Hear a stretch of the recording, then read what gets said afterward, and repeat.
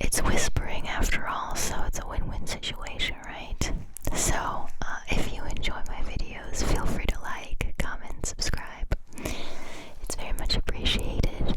And if you can't get enough of my ASMR and you need more of my triggers, my whispers, etc. in your life, consider becoming a patron or a member. You can find the links in the description, or you just look up fastASMR on Patreon, or go to the membership tab here on YouTube. And then for $3 a month, no catch, you can cancel anytime, you get a ton of exclusive content, audios, videos, MP3 files, early access occasionally to some of my videos, access to a long custom video playlist, exclusive bloopers, and more. It's wild and it's relaxing. So if you feel like supporting the channel beyond watching my videos, then that's a great option. If you do so, thank you so much.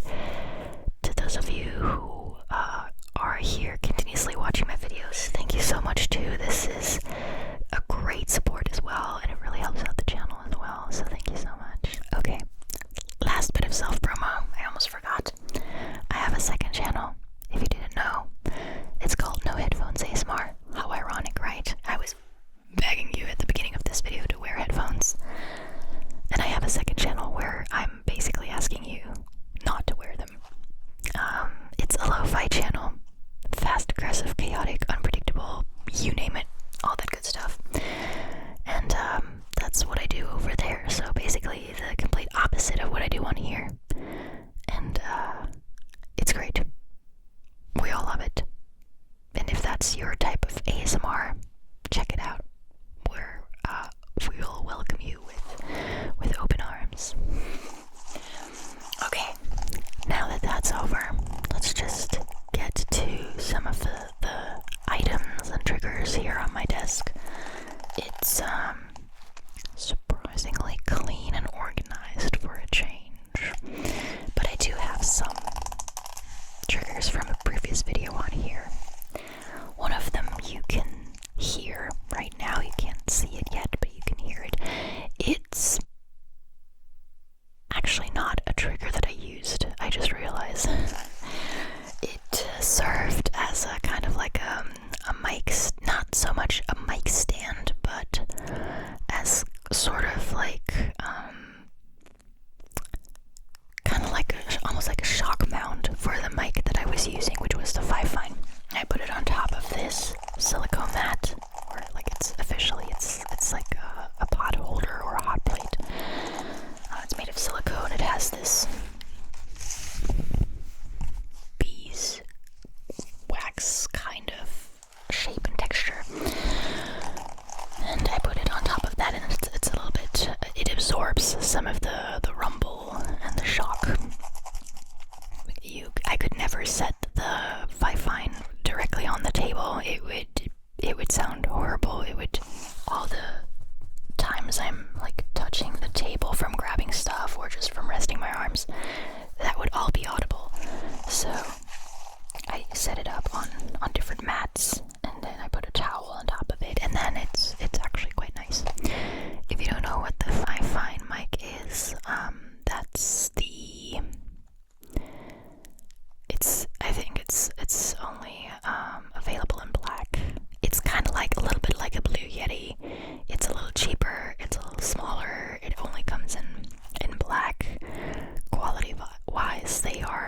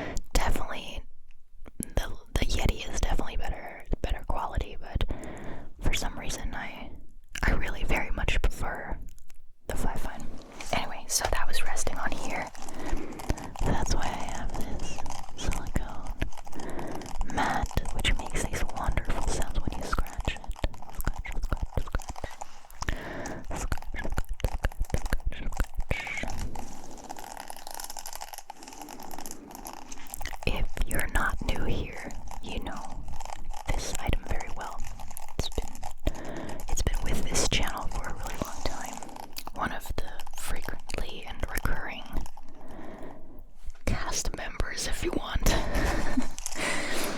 What else? Well, I have a poppet on here. This is from a previous video, not exactly the one before this video. I think it was the last video of May, the final May video, the last May video, I think, featured this poppet. Or the second to last one, I'm not 100% sure which it is. And it was a Forgotten Triggers video. If you haven't seen that, go watch it. I really like how it turned out. I used this poppet as well as this fidget spinner and a couple of other forgotten triggers. Forgotten in the sense of like triggers that I used to use on my channel, but also triggers that were used very frequently all over the ASMR community, and now that just aren't, because it's not, I don't know, it's not a trend anymore or whatever. For example, the poppet and the fidget spinner, those were trends, and they faded quite quickly.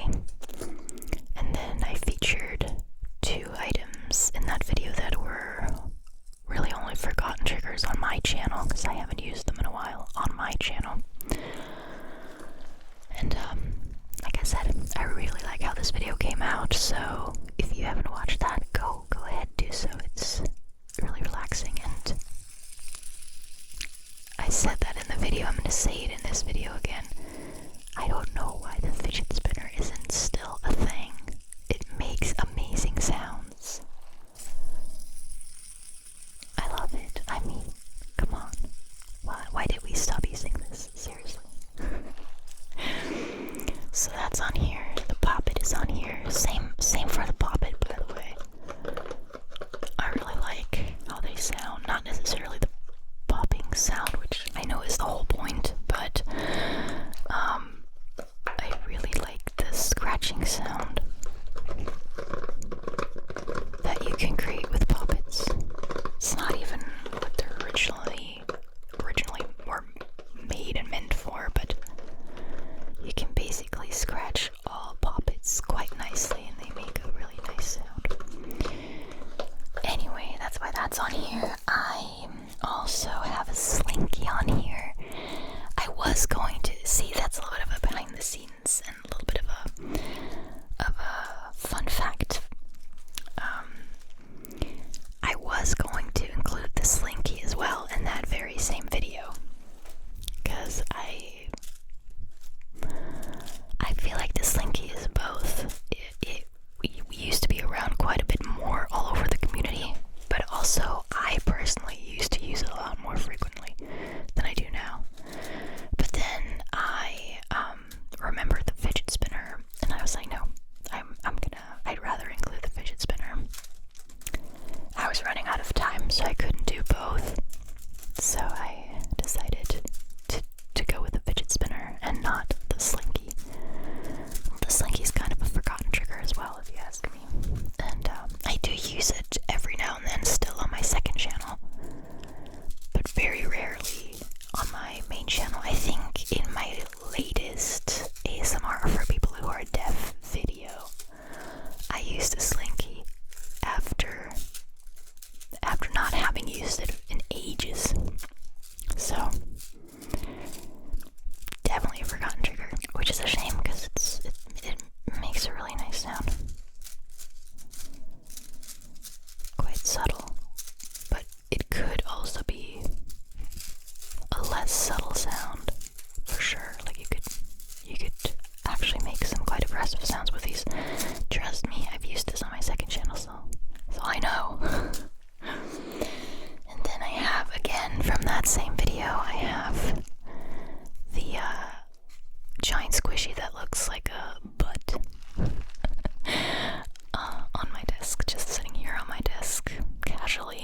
just sitting here casually, looking like a butt.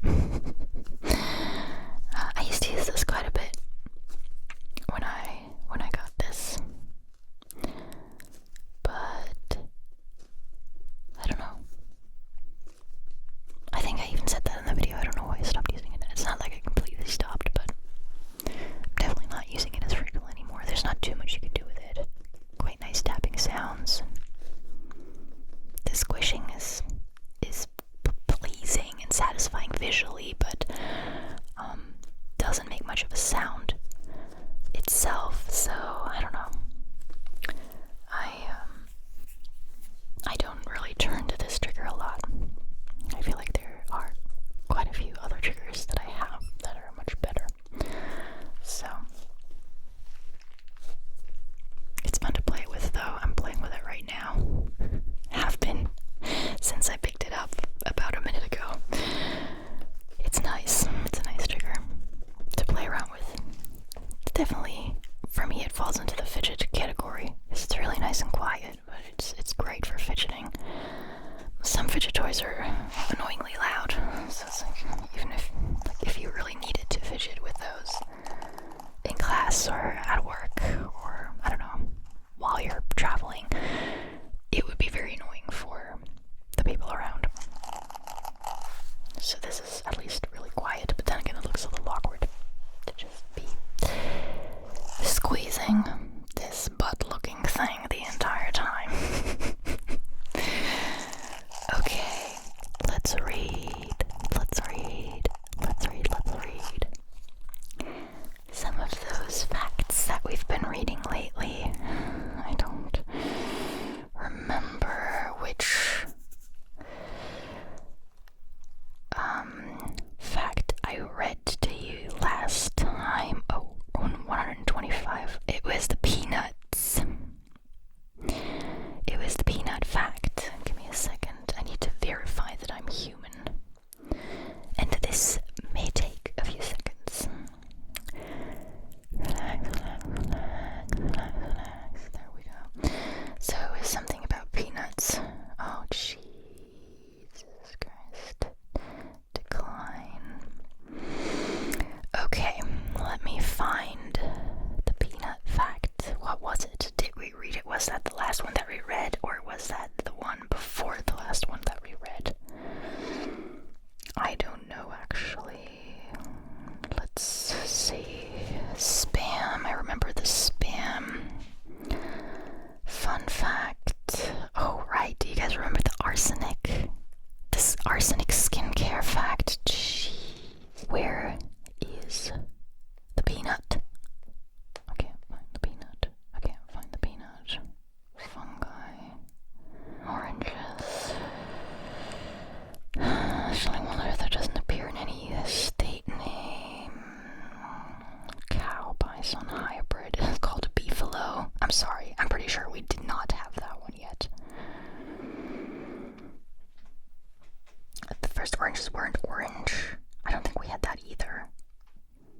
No, wait, what we did have this. We did have the fungus zombie thingy. I don't remember the orange one.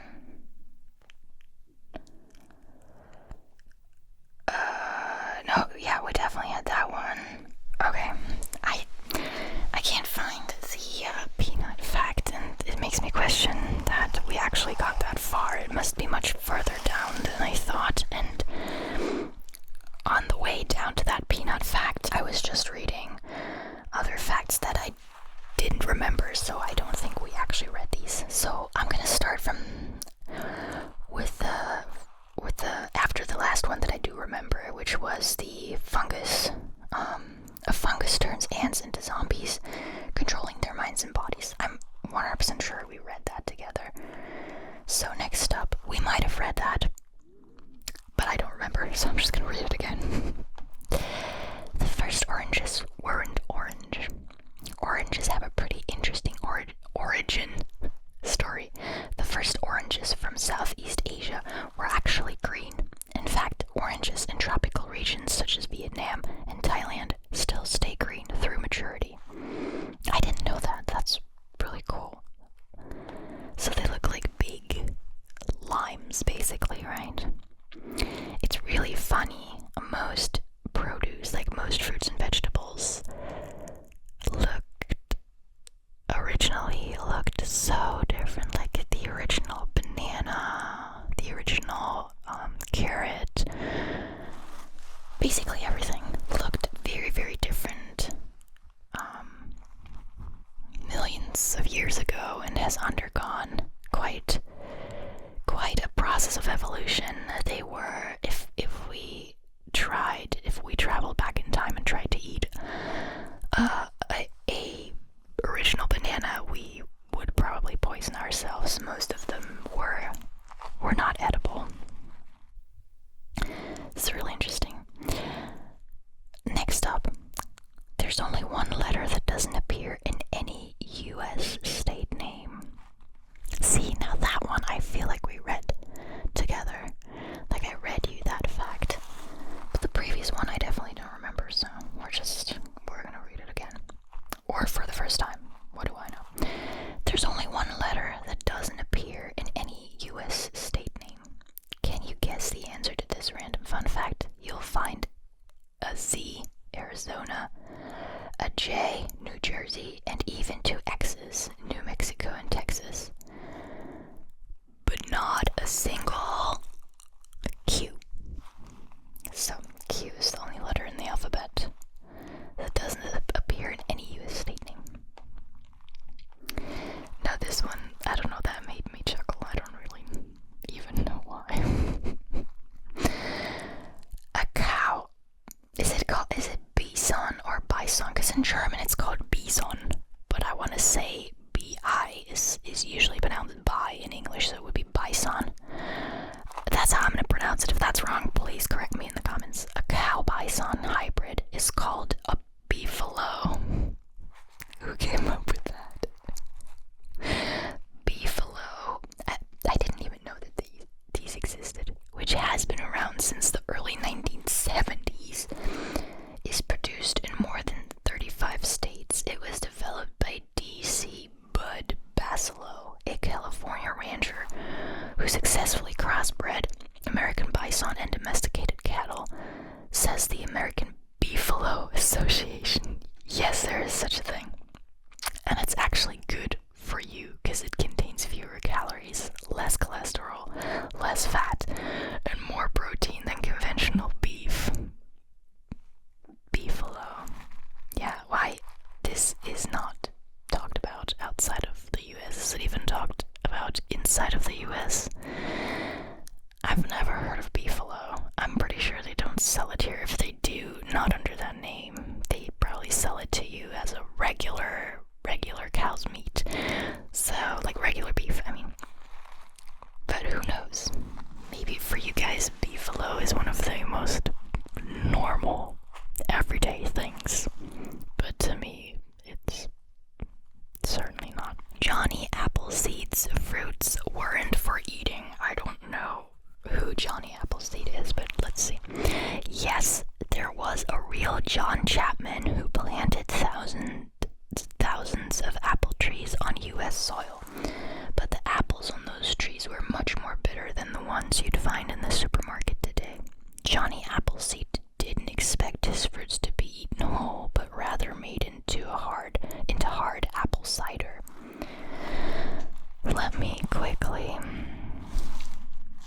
look up who Johnny Appleseed is. It sounds like from a children's book. Johnny Appleseed, American gardener, born on September 26, 1774. Died in 1845. Wow, he got quite old, considering that back in the day people didn't get that old. Didn't grow that old, I mean. So what's so special about him? What was his famous quote? Why is he so important? How far did he walk? What is this? What is the true story? Wait, John Appleseed was an American pioneer nurseryman who introduced trees grown with apple seeds to large parts of Pennsylvania, Ohio, Indiana, Illinois, blah, blah, blah, blah, blah. gathered leftover apple seeds from the cider mills as pumice stones and sold them to settlers. This idea quickly led to Chapman's nickname of Johnny Appleseed. Oh, so he was called Johnny Chapman, okay. Chapman set out in 1802 with a canoe full of seeds to sell to pioneers trying to settle the Wild West. Oh, I feel like I should know about this. This seems like a pretty important part of U.S. history, and we do talk about that. But I've never heard of Johnny Appleseed. That's kind of funny. Okay, so the more you know, right? Next up, the Scottish have 421 words for snow. See, now this one, I feel like we've read that. But I definitely didn't read the Johnny Appleseed one to you, because then I would have remembered who Johnny Appleseed was. So, the Scottish have 421 words for snow. Yes, 421. Really? Some examples of words used for snow in Scotland include sneasel. That almost sounds like sneeze. A sneasel. A weasel that sneezes. A sneasel. It's surprisingly close to the German spelling for snow, for snow, which is Schnee. It means to start raining or snowing. Feeful, to swirl, and flindrican. Oh, come on, that's made up. It's a flindrican. A slight snow shower. Okay, people from Scotland, leave a comment. Did you know these words? Do you use them? And are there really 421? Weather is very important to the Scots. It says right here. Next up, Samsung tested phone durability with a butt-shaped robot. You guys, we already talked about butt-shaped things earlier in this video, so funny. People stash their phones in their back pockets all the time. I sometimes do, and I am not afraid to tell you that this is how my phone once fell into the toilet, because I had it in my back pocket and I pulled down my pants and then it just fell in. I don't normally have it in my back pocket. That's how I forgot it was there, and that's why it fell. Otherwise I would have taken it out. But sometimes I keep it in my back pocket. It's not a good idea. It's really not a good idea, let me tell you that. The phone was fine, but it's just not fun to have to grab into the toilet to fish something out. Not fun. It was, of course, before peeing or anything else. It's still not fun, let me tell you that. People stash their phones in their back pockets all the time, which is why Samsung created a robot shaped like a butt to sit on their phones to make sure they can take the pressure. Believe it or not, the robot even wore jeans. Well, I mean, I guess you want it to be as realistic as possible. Like, in a normal scenario, people would be wearing some type of pants. Otherwise, they wouldn't be able to put the phone there, right? Unless you put it right between your butt cheeks. Okay, let's move on. Final fun fact for today. The Windy City nickname has nothing to do with Chicago's weather. Really? Now that's a surprise. If you live in Chicago, you might already know this random fact, but we're betting most other people don't. Well, I certainly didn't. Chicago's nickname was coined by 19th century journalists referring to the city's politicians being long-winded or boastful windbags. Funny. However, according to the Chicago Historical Society's Encyclopedia of Chicago, the nickname may have come from jealous urban rivals who felt Chicago's residents' boosterism or self-promotion represented their windiness and being full of hot air. Okay, so it's not a particularly windy city, but full of people with apparently negative character traits, at least in the past. I don't know.